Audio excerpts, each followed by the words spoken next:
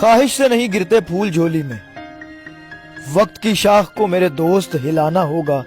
कुछ नहीं होगा अंधेरों को बुरा कहने से, अपने हिस्से का दिया खुद ही जलाना होगा। जी हाँ, आज हमारे साथ एक ऐसी शख्सियत मौजूद है जो किसी तारुफ के मोहताज नहीं। कराची नौजवान तहरीक के बानी व चेयरमैन फैज़ान हुसैन, हमारे नुमाइंदे आज़म अली इस वक्त उनके साथ मौजूद हैं।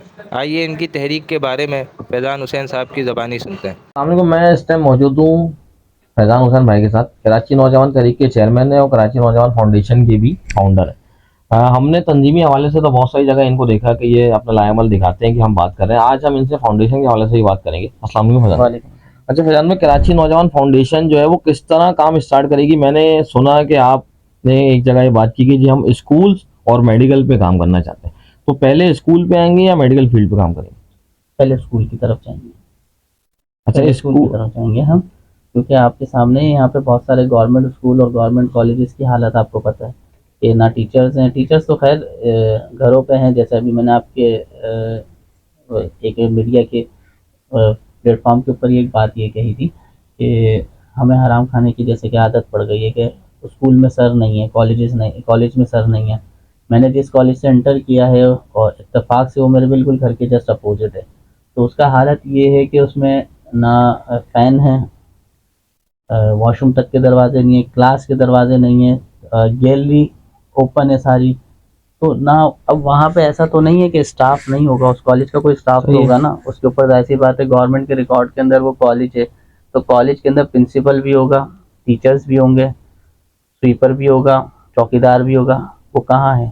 अच्छा, आप जो एजुकेशन के ऊपर वर्क स्टार्ट करेंगे तो कौन से एरिया को पहले टारगेट करना चाहते हैं? वेस्ट पे आप काम स्टार्ट करेंगे। अच्छा, ये जो आप स्कूलिंग सिस्टम स्टार्ट करेंगे तो टोटली फ्री ऑफ कॉस्ट होगा? फ्री ऑफ कॉस्ट होगा टोटल। इसके ऊपर हमारी बात चल रही है, थोड़ा सा हम ये चाह रहे हैं कि वालिदैन अगर पाबंदी से भेजें तो उसके ऊपर हम 200 या 250 रखें। मैं ये चाहता हूँ कि हमारा जो बच्चा है, आने वाली जो हमारी नस्ल है, वो टोटल दीनी और दुनियावी दोनों तालीम हासिल करें। अच्छा, स्कूल अब आप उस पर आ जाएं, मेडिकल हेल्थ के हवाले से आप कह रहे हैं कि जी मैं हम मेडिकल कैंप्स की जगह जगह मेडिकल कैंप्स करेंगे।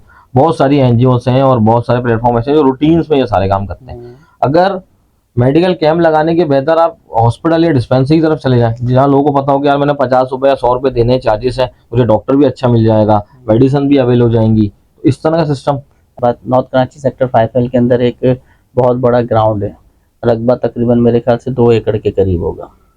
उसके अंदर सुलेमानी जो है वो पार्क बना हुआ है, और सुलेमानी जो है वो सुलेमानी समझते हैं ना, जो पेन लेते हैं नजर नहीं आते सुलेमानी वहाँ पे पार्क बना हुआ है, और वहाँ पे डिस्पेंसरी बनी हुई है। और मज़े की बात, एक हेड माली भी है वहाँ पे, और डिस्पेंसरी में डॉक्टर है, डिस्पेंसर है, सारी चीज़ें वो बनी हैं, लेकिन वो नज़र नहीं आ रही।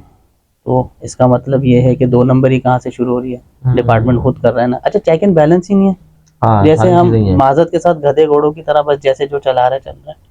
2002 से मैं देखता हुआ आ रहा हूँ, नहीं वहाँ पे एक बार कंस्ट्रक्शन हुई, वहाँ पे जिम बना दिया गया, सरकारी प्रॉपर्टी पे जिम बनाया गया, जो कि 3 साल तक चलता रहा। आपको क्या लगता है बगैर मिली भगत के बने? तो इस तरह की डिस्पेंसरी जो है ना, कागजों में बहुत सारी हैं। जीना अस्पताल का क्या फंड नहीं है? कहाँ जाता है?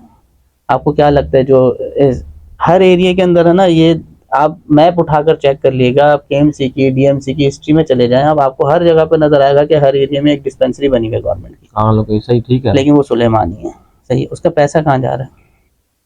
तो अफसोस होता है इस बात का कि हमारे जो बड़े हैं वो कैसे हैं यार। तो हमारी नस्ल की फाउंडेशन जो है वो अपनी मदद आप भी काम करेगी और गवर्नमेंट की भी हेल्प लेगी। गवर्नमेंट की हेल्प, मैं जैसे अभी मैं वही कह रहा हूँ ना कि हमारी कुछ चीज़ें चल रही हैं। अब जैसे फातिमा जीना स्कूल था, वो शहजाद रॉय ने हायर किया, ऐसे ही ना, इसी तरीके से हम भी चाहेंगे कि भाई जब आपने इन प्रॉपर्टी को बंजर करके रखना है, तो जो लोग जो फाउंडर हैं, मतलब जो डोनेशन कर रहे हैं या हमारा साथ देना चाहते हैं, तो कम से कम हमें उसके ऊपर वर्क करने दिया जाए और हमें दे दें। हाँ, उनको दे दें, उनको दे दें भाई। अच्छा, इसका एक काम करें, चले आपके साथ बहुत हालत है मजबूरी, देखिए करने पे आए तो सब कुछ कर सकते हैं। जब हराम खा सकते हैं ना हम घर पे बैठ के, तो इस हराम को ऐसे थोड़ा सा हलाल ये कर लें कि शाम में एक फ्री जो है ना इंस्टीट्यूट खोलने दें, इन स्कूल और बंद कॉलेजेस के अंदर, कि शाम में दे दें। चले सुबह आपने गवर्नमेंट में शो ये करना है ना कि बहुत पढ़ाई हो रही है वहाँ पे, 150-200 बच्चा आ रहा है, ये सारी चीजें आ रही हैं, चले भाई आप खा लें, हम इस पे भी राजी हैं, आप हमें और पागल बनाए, कोई मसला नहीं है, आदत हो गई है ना पागल बनने की, लेकिन हमें शाम में फ्री इंस्टीट्यूट के लिए दें ताकि थोड़ी बहुत तो अवेयरनेस आएगी। फैजान भाई, इससे बेहतर ये नहीं कि हम गवर्नमेंट के आगे हाथ फैलाने से बेहतर है कि जो लोग साहिब हैसियत हैं वो आपको जगह डोनेट कर दें और आप उस पर ये चीजें स्टार्ट कर लें। देखिए ये प्रॉपर्टी ऑलरेडी मौजूद है ना, जो इसी काम के लिए है। गवर्नमेंट देखें, आप विड्रॉ करें ना, गवर्नमेंट बोल दे हम नहीं कर सकते, हम नहीं दे रहे, तो ये तो अवाम फिर सोचे इस बात के ऊपर कि आपने किन को सेलेक्ट किया। देखिए मेरी इलेक्शन की कैंपेन चला रही थी, मैं बार बार कहता हूँ कि मैं लोगों के पास जब जा रहा था, किसी को मैंने ये नहीं बोला भाई वोट की भीख दे दो, मैं सबको ये कहता था अपने मोहल्ले से खड़ा करो, अपने मोहल्ले से सेलेक्ट करो, तुम लोग पढ़े लिखे लोग हो, एमपी एमएनए सब, अपने एमपी बनने के लिए पीएस से जाहिर सी बात है मैट्रिक के डॉक्यूमेंट्स दे दो आप बन जाओगे, उसके लिए कोई आपको मास्टर की डिग्री थोड़ी चाहिए, बंदे में एबिलिटी होनी चाहिए बात करने की, अपने दर्द एक एरिया का लोग चाहते हैं फैजान भाई के सामने आए। और हमने बहुत, आप अगर लास्ट बात कर लें पीटीआई के फोरम में ले लें, नौजवान को उन्होंने नारा लगाया कि जी यंग जनरेशन हमारे साथ है, लोग साथ भी खड़े हुए, फिर हमने देखा कि क्या मामला हुआ।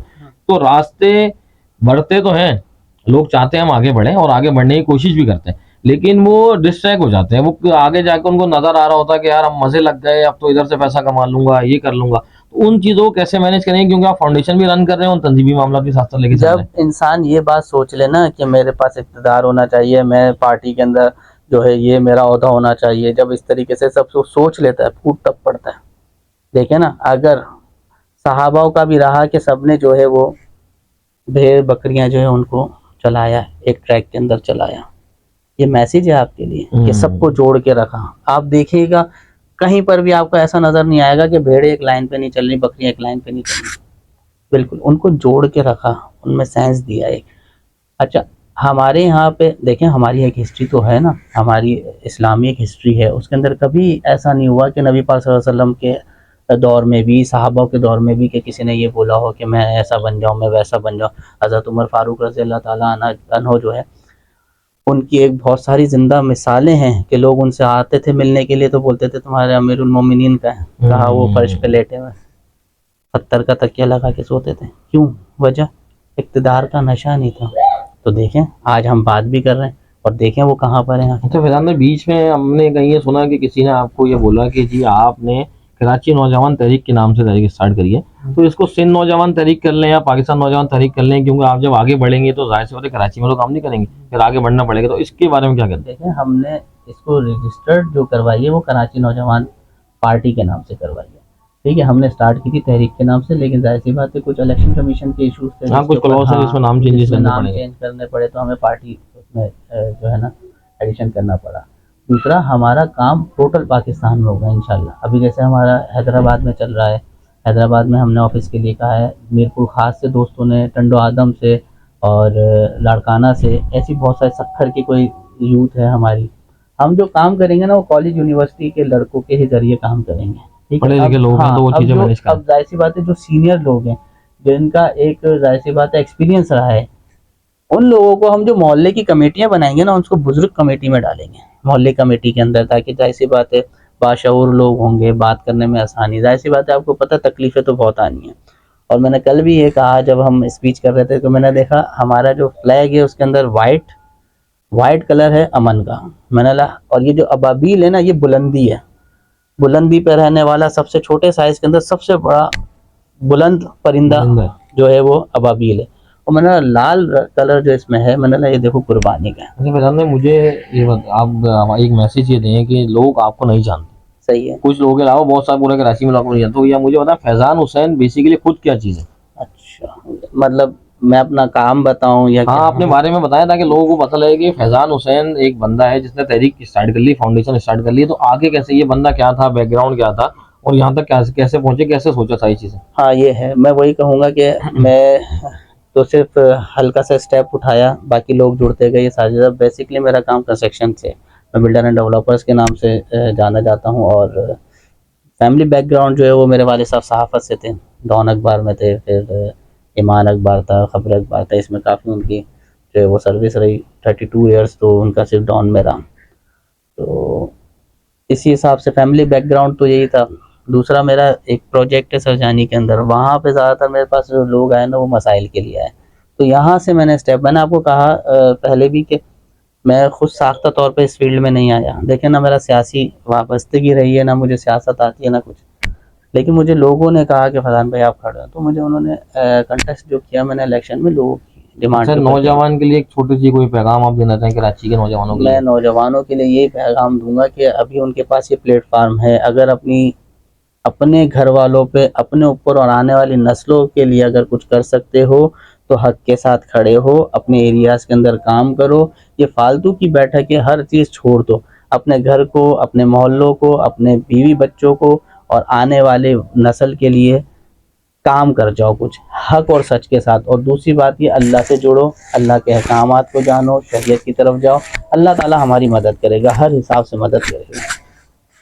आपने फैज़ान भाई की बातचीत सुनी, कराची नौजवान तहरीक के चेयरमैन और बानी। मैं एक पैगाम ये देना चाहता हूँ कराची के नौजवानों को कि आइए और जुड़ें फैज़ान भाई के साथ, आके देखें कि एक सामाजिक आदमी जो है वो आप लोगों के लिए सियासी तौर पे भी सामने आ रहा है।